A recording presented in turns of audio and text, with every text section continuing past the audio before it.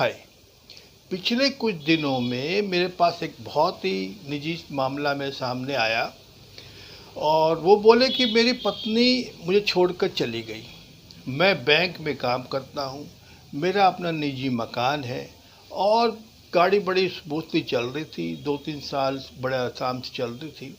लेकिन अचानक मेरी पत्नी मुझे छोड़कर चली गई।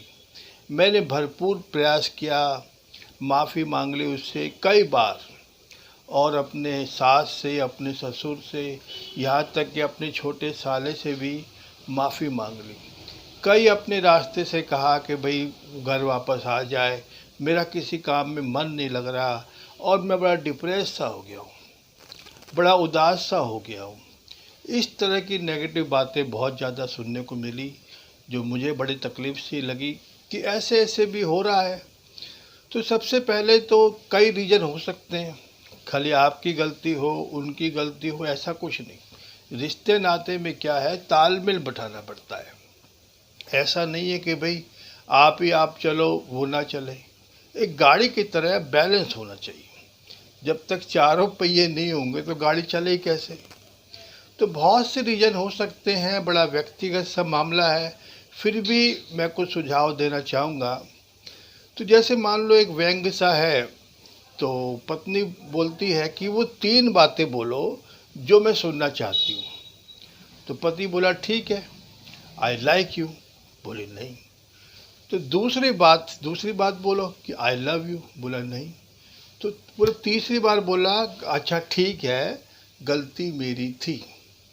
तो यह दोस्तों पत्नी क्या चाहती है वो देखना होगा, कि हर एक की लव लैंग्वेज अलग अलग है, हर एक की प्रेम की भाषा अलग अलग है।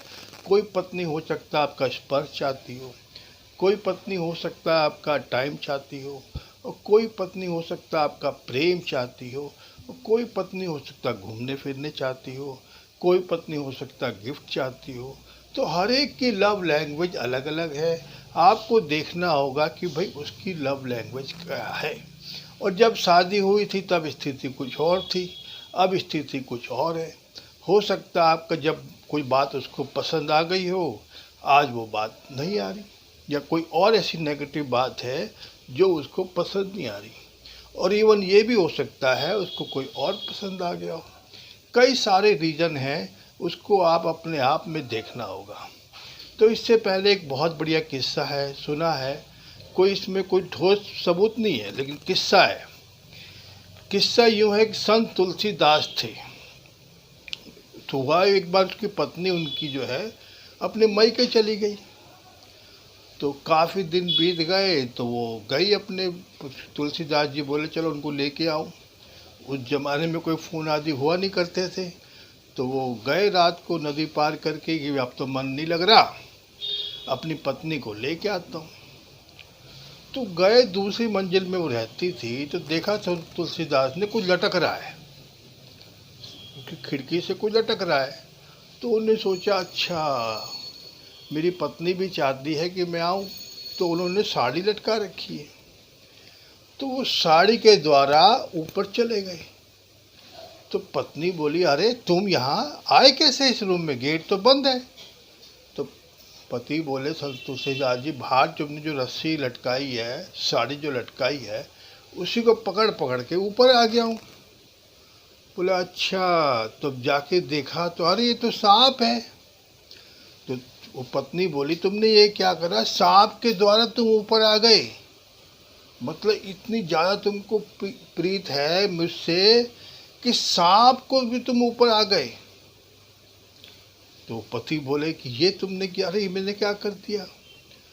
तो पत्नी बोली इतनी प्रीत इतनी प्रेम तुम्हें मुझ में दिखाई है, अगर श्री राम परमात्मा में दिखाते तो तुम भी तर जाते और कईयों को तार भी देते। तो मोरल ऑफ द स्टोरी ये है कि हम लोग किस प्रीत में कर रहे हैं। वो पत्नी मान नहीं रही, तो अपने आप को परमात्मा में लीन करना है, अपने आप को राम में लीन। राम मतलब अपने आप को इतना बेटर बनाना है, इतना मजबूत बनाना है। तो वो क्या, कई लोग आपसे मिलना चाहेंगे और उसको साफ बोल दें, तुम्हारा हर फैसला मुझे मंजूर है, तुम आओ या ना आओ मुझे कोई फ़र्क नहीं पड़ता, लेकिन हाँ, मेरा घर तुम्हारे लिए हमेशा के लिए खुला है। तुम जब चाहे आ सकती हो, कभी भी आ सकती हो। और उसको नोटिस भेज दें, बस अपने काम में लीन, अपने आप को इतना बेटर बना देना है, इतना मजबूत बना देना है, तो उसको भी अपने फैसले पे पछतावा हो। यह दोस्तों सिंपल सी बात है। अब उसको को नहीं आना चाहती तो उसको कोई पाँव थोड़ी रगड़ा जाएगा, कोई नाक थोड़ी रगड़ी जाएगी।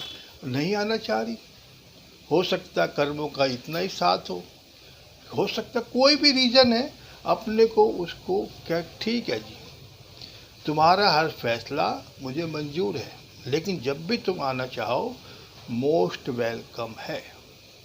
उसको नोटिस भेज देना है और अपने आप को इतना बेहतर बना देना है, इतना मजबूत बना देना है कि यस, जिंदगी कोई किसी के बिना नहीं रुकती। वो गई तो कोई हो सकता कोई दूसरी आ जाए, और नहीं आए तो कोई बात नहीं, अपने काम में लीन। हो सकता है वैवाहिक जीवन का सफ़र इतना ही हो। तो यस, सिंपल सी बात है, कुछ ज़्यादा टेंशन वाली बात नहीं है। अपने काम में इतना मिल लेना है और मगन रहना है। कोई इसमें फ़र्क नहीं पड़ता, कोई आ रहा है कोई जा रहा है। आपने अपना काम बेहतर किया, बाकी परमात्मा में छोड़ देना है। यह दोस्तों बस इतना ही। उस व्यक्ति के द्वारा आप भी काफ़ी बात, रिश्ते नाते हैं मधुर होने चाहिए, लेकिन बार बार भी नहीं मानती तो क्या कह सकते हैं। धन्यवाद, बस इतना ही। और अधिक जानकारी के लिए संपर्क करें, लाइक एंड शेयर जरूर करें ताकि अन्य लोग का भला हो। धन्यवाद।